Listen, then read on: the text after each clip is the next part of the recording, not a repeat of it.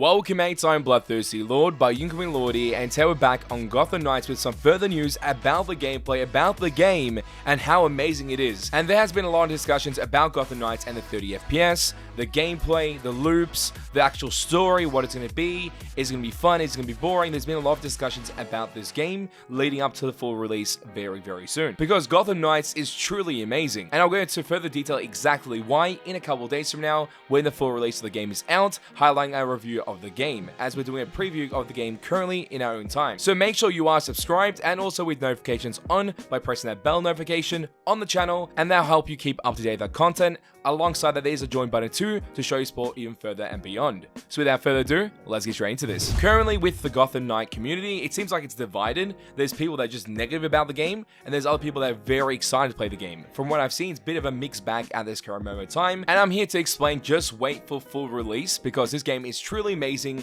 in many ways that haven't been showcased yet in its true integrity. So obviously trailers, anything that's small gameplay snippets don't showcase everything and all the capabilities of what the game has to offer, but this game is very interesting because it's based on 4 characters. A 2-player game mode that's untethered originally on release, and then 1 month from now there'll be a 4-player game mode, and that allows for 4 players to be chosen and be in the same location in a tethered experience. They can choose the same characters, the same classes, and customize their character with a set skill tree to reach new outcomes, new abilities, new builds. It is very interesting. It can become quite intricate in its way it's been built, because you have your gear mechanics, you have everything. There's a lot of things. We'll go into further detail about this after, but it's very interesting, and you get to see this in the latest trailer that has been revealed. What is Gotham Knights? In that trailer, it does showcase so much that I feel like brings the game into more of a positive light and gets people excited for the full release that will be out tomorrow. So that's going to be kind of insane, and I want to showcase it and talk about it as we go through the trailer right now. So the trailer starts off with Nightwing. There's a bit of scenarios of throwing mechanics, actually hitting targets, melee combat that's been showcased with each character for a small snippet, and then we jump into it. It shows the open world experience that you can have in Gotham Knights. And alongside that bit of the lore, Batman is dead, Batman's not here. Now it's down to Gotham's family, being Batgirl, Red Hood, Nightwing, and also Robin, to actually continue that legacy of the Dark Knight. They show you different scenarios, different environments. You can see interactables in the environment as well, different situations that could occur within these factions of terrifying villains that are there, being Harley Quinn, bosses or mini-bosses to verse, Battercycle, heroic travel, which is the best way to actually travel around the game, makes it easier, I believe. And alongside that, you have some other stuff as well. As you see, unthinkable puzzles, the Court of Owls and their presence in the game. It's just intriguing, and I find that to be really fun. And there's different environments. The environments look amazing. It looks like the Court of Owls area that you can see in the trailer is absolutely mad. So I can't wait to actually experience that. It looks amazing. Then you got the actual cycling through the city, finding maybe a side mission or some type of crime existing and being involved in it. Then you got some up attacks into actual grapple attacks with Red Hood. Then Batgirl's going around with her intel, trying to activate certain mini turrets and objectives around the map before she goes in for her attacks. Same thing with Nightwing. Every character has their own specialty, and it gets more showcased throughout the more time you put into the character. So you start off with a low level character, put time into it, scale it up, and then I believe you'll be able to unlock things in your skill tree and abilities like this as showcased and become a stronger character in the experience. So it rewards you as you play the game, which is kind of interesting. Then you got Red Hood, nice dodge, amazing damage. There you go, the skill tree itself, highlighting some of the benefits you can gain with certain characters if you activate a certain skill in that skill tree for your selected character. And then you see the flashiness of the game. It kind of gets crazy, because you gotta think about it, this is just like a 2-player game and just like craziness to it already.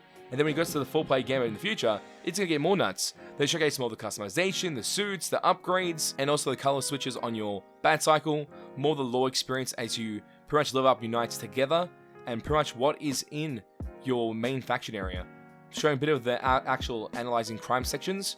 There's case files, so you have to chase down certain missions or certain villains, and target that one villain for a set duration.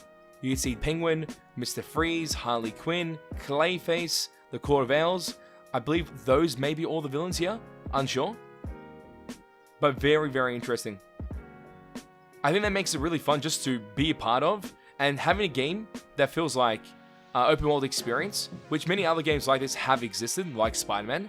And that is maybe a good comparison to have here. They have an open world experience like Spider-Man, but it's 2-player, which makes it even more fun. So you get to have fun with a friend, some online play, whatever it may be, you could do so. And then 1 month down the track, there'll be a 4-player game mode. And that's just me crazy. The amount of VFX or graphics on the abilities or effects that will be occurring at the same time will be nuts in a 4-player game mode, especially with everyone running certain abilities, maxed out level characters, and maybe elementals if that changes the effects of the game. Seeing that all at once will be madness, but it'll be fun. It'll be honestly be a very fun experience, and it seems like it's kind of changed in the way it's compared to, say, Arkham Asylum, when you have more of the basic skill tree that doesn't really show too much, but more of combat options are open, or more tool options are open. In this game, it seems like there's more of a flashiness to it.